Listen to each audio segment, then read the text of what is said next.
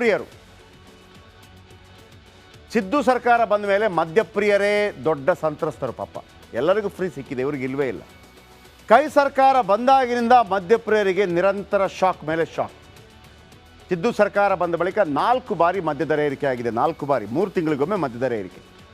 July 23, 2023 July 20ರಂದು beer ದರ ಏರಿಕೆ ಮಾಡಿತ್ತು ಸರ್ಕಾರ.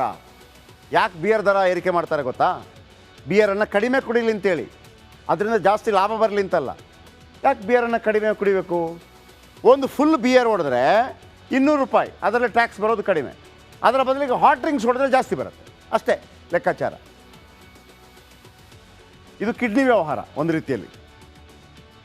2024 ಜನವರಿ 2ರಂದು ಮತ್ತೊಮ್ಮೆ ಮದ್ಯದರ ಏರಿಕೆ ಆಗುತ್ತೆ. ಯಾವುದಕ್ಕೆ ಏರಿಕೆ ಮಾಡ್ತಿರೋದು ಕೂಡ OT, ಪಾಪ ಬಡವರು ಕುಡಿಯೋ ಡ್ರಿಂಕ್ಸು. OT, ಬ್ಯಾಕ್ ಪೈಪರ್, ಬಡವರು ಕುಡಿಯೋ ಡ್ರಿಂಕ್ಸು. 8 PM ಈ ಡ್ರಿಂಕ್ಸ್ ಇದೆ. ಇದಕ್ಕೆಲ್ಲ ಜಾಸ್ತಿ ದೊಡ್ಡವ್ರದೆಲ್ಲ ಬೇರೆ, black label, green label, royal salute ಒಂದು ಡ್ರಿಂಕ್ಸ್ ಬರುತ್ತೆ, 21,000 ರೂಪಾಯಿ ಬಾಟ್ಲಿಗೆ. ಸಿದ್ದರಾಮಯ್ಯನವರ ಫೇವ್ರೇಟ್ ಅದು, ದೇವರಾಜ ಅರಸು ಅವ್ರದ್ದು ಫೇವ್ರೇಟು ರಾಯಲ್ ಸಲ್ಯೂಟ್. ತುಂಬ ಜನರು ಗೊತ್ತಿಲ್ಲ ಸಿದ್ದರಾಮಯ್ಯನವರ ಫೇವ್ರೇಟ್ ಡ್ರಿಂಕ್ಸ್ ಯಾವುದು ಅಂತೇಳಿ. Royal salute. ಓಕೆ, 2024 ಫೆಬ್ರವರಿಯಲ್ಲಿ ಮತ್ತೆ ದರ ಏರಿಸ್ತಾರೆ ಸಿದ್ದು ಸರ್ಕಾರ. ಬಿಯರ್ ದರ 10ರಿಂದ 15 ರೂಪಾಯಿ ಏರಿಕೆ ಆಗುತ್ತೆ. 2024 ಆಗಸ್ಟಲ್ಲೂ ಬಡವರ ಮದ್ಯ ದರ ಹೆಚ್ಚಾಗತ್ತೆ. ಯಾವುದಕ್ಕೆಲ್ಲ ಹೆಚ್ಚಾಗಿದೆ ಹೇಳ್ಬಿಡ್ಲ ನಿಮಗೆ? ಆಶ್ಚರ್ಯ ಆಗುತ್ತೆ ನಿಮಗೆ. ಸಾಧಾರಣವಾಗಿ ಯಾರಾದರೂ ಕುಡಿದು ರೋಡ್ ಸೈಡಲ್ಲಿ ಬಿದ್ದರೆ, ಇದು ಕುಡಿದಿರಬೇಕು, ಆ ಕುಡಿದಿರಬೇಕು, ಪಾಪ ಅದನ್ನು ನಾನು ಅವಮಾನ ಮಾಡಲ್ಲ ಅಂತ ಆರೋಪ ಮಾಡ್ತಾರೆ. ಅಂತ ಚೀಪ್ ಲಿಕ್ಕರ್ಗಳಿಗೆಲ್ಲ ಕಾಸ್ಟ್ಲಿ ಮಾಡಿಬಿಟ್ಟಿದ್ದಾರೆ. ಯಾವುದು? ಹೈವಾರ್ಡ್ ಸ್ಪಂಚ್ 70 ರೂಪಾಯಿ ಇತ್ತು, 80 ರೂಪಾಯಿ ಅಂತಂದರೆ ನಿಮಗೆ 10 ರೂಪಾಯಿ ಅಂತ ಅನಿಸ್ಬೋದು. 13% ಏರಿಕೆ. BP ಬ್ಯಾಕ್ ಪೈಪರ್ 106 ರೂಪಾಯಿ ಇತ್ತು, 160 ರೂಪಾಯಿ ಮಾಡಿದ್ದಾರೆ. ಏನ್ರಿ ಇದು? ಅವನು ಪಾಪ 106 ರೂಪಾಯಿ ತಗೊಂಡು ಒಂದು ಚಿಕನ್ ಕಬಾಬ್ ಅಡ್ಜಸ್ಟ್ ಮಾಡ್ತಾ ಇದ್ದ, ಹಾಳಾಗೋಯ್ತು. ಓಲ್ಡ್ ಮಂಕ್ 137ರಿಂದ 160 ರೂಪಾಯಿ. ಮ್ಯಾನ್ಷನ್ ಹೌಸ್ ಬ್ರ್ಯಾಂಡಿ 220ರಿಂದ 240 ರೂಪಾಯಿ. MC ಬ್ರ್ಯಾಂಡಿ 170ರಿಂದ 185 ರೂಪಾಯಿ. IB ಅಂತ ಒಂದು ಬರುತ್ತೆ, ಹಿಂಗೂ ಇದೆಯೊಂದು IB 220ರಿಂದ 235 ರೂಪಾಯಿ. OT ಇದು ಭಾಳ ಫೇಮಸ್ಸು. OT ಇದೆಯಲ್ಲ ಭಾಳ ಫೇಮಸ್ಸು, ಭಾಳ ಕಡಿಮೆಗೆ ಸಿಗುತ್ತೆ ಅಂತ. 87 ರೂಪಾಯಿ, 130 ರೂಪಾಯಿ. ಆ 87 ರೂಪಾಯಿಗೆ ಪಾಪ ಒಂದು ಕ್ವಾರ್ಟರ್ ತೊಗೊಂಡು ಶ್ರಮಿಕ ವರ್ಗ ಒಂದು ಚಿಕನ್ ಐಟಮ್ ಇಟ್ಕೊಂಡು ಆರಾಮ್ಸೆ ಒಂದು ಅವರ ಜೀವನವನ್ನು ಸಾಗಿಸ್ತಾಯಿದ್ರು. ಅವ್ರಿಗೂ ಕಲ್ಲಾಕ್ಬಿಟ್ರಿ. ಇನ್ನು ಕೆಫ್ ಬಿಯರ್ ಹಳೆಯ ದರ 170 ರೂಪಾಯಿ, 195 ಆಗಿದೆ. ಟ್ಯೂಬರ್ಗ್ 170ರಿಂದ 195. ಬಡ್ವೈಸರ್ 220ರಿಂದ 240. ಕಾರ್ಲ್ಸ್ಬರ್ಗ್ 220ರಿಂದ 240. ಬಡವರ ಡ್ರಿಂಕ್ಸೇ ಜಾಸ್ತಿ ಮಾಡಿದ್ದೀರಿ, ಬಡವರ ಡ್ರಿಂಕ್ಸೇ ಜಾಸ್ತಿ. ಓಕೆ,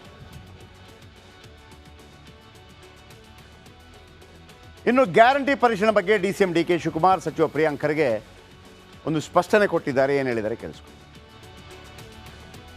ಅದೆಲ್ಲ ಸುಳ್ಳು.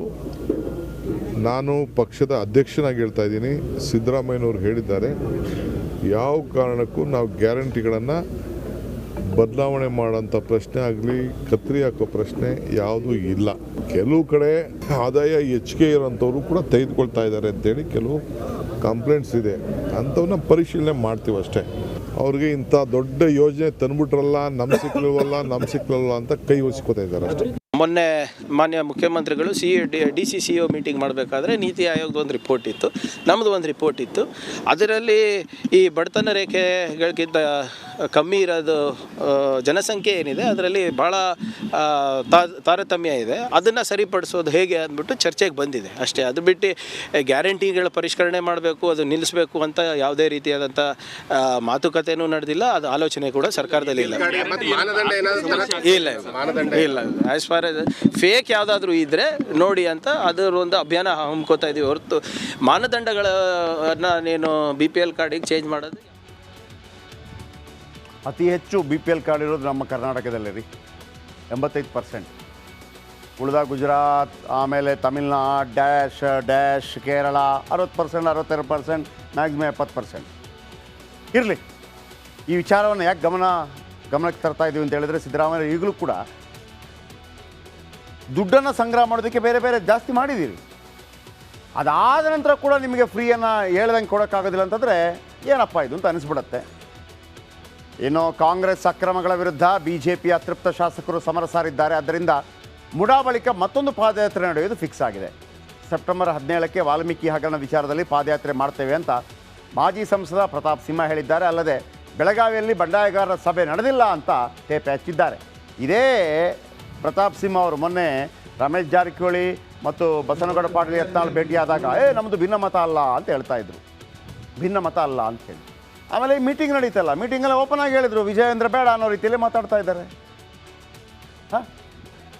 ವಿಜಯೇಂದ್ರ ಬೇಡ ಅನ್ನೋ ರೀತಿಯಲ್ಲಿ ಮಾತಾಡ್ತಾ ಇದ್ದಾರೆ.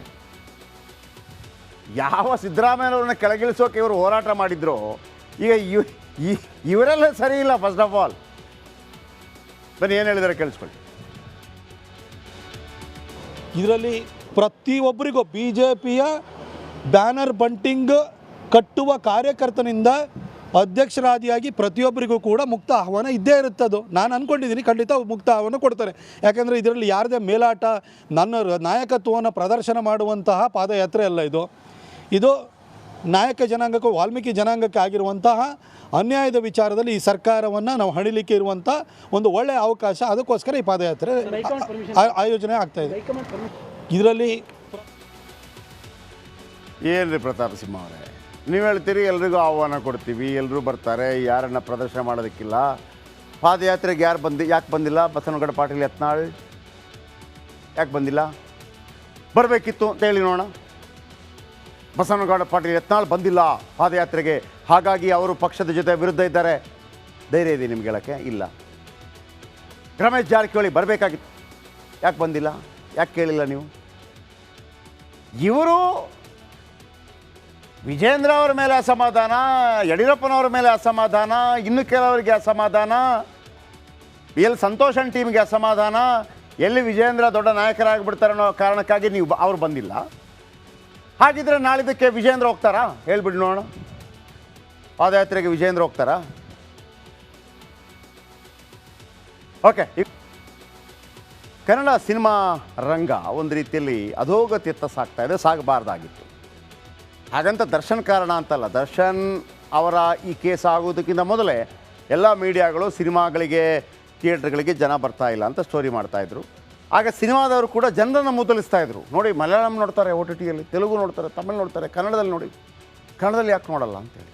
ನಿಜ, ಒಳ್ಳೆಯ ಸಿನಿಮಾ ಆದರೆ ಖಂಡಿತವಾಗ್ಲೂ ನೋಡಬೇಕು. ಇವತ್ತೊಂದು ಪೂಜೆಯನ್ನು ಹಮ್ಮಿಕೊಳ್ಳಲಾಗಿತ್ತು.